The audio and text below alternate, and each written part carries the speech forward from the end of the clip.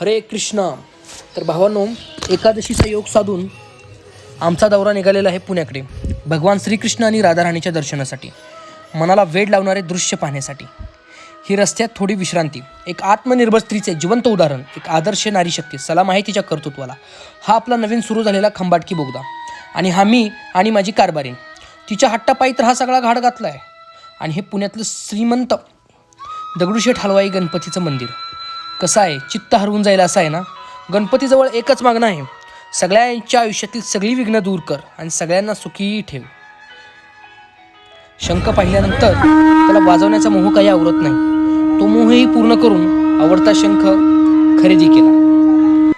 ही बाईसाहेबांची चटपटीत मेजवानी, तोंडाला पाणी सुटल अशी. ही राधाकृष्ण मंदिरातील गोशाळा, गावो विश्वस्य मातरम. हा सगळा मंदिराचा परिसर एक उत्साहपूर्ण वातावरणाने भरलेला. भगवंतांच्या गळ्यात असणारी ही तुलसी महाराणी, आणि हे मंदिराच्या आतील दृश्य मनाला शांती प्रदान करणारे. एकादशीच्या मुहूर्तावर भगवंताचे नामसंकीर्तनामध्ये दंग होण्याचे आज भाग्य लागले आहे आम्हाला. तुम्ही भगवंताचं नाम घेत जा, फक्त एकादशीलाच नव्हे तर प्रत्येक क्षणी त्याचं नाम घेत जा.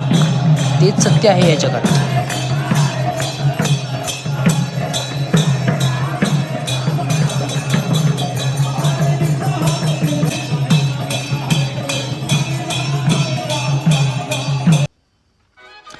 ही मंदिराला बाहेरून केलेली विद्युत रोषणाई, आणि आजचा दिवस या रोषणाईसारखाच भगवंताच्या नाम संकीर्तनाने खऱ्या अर्थाने उजळून निघाला.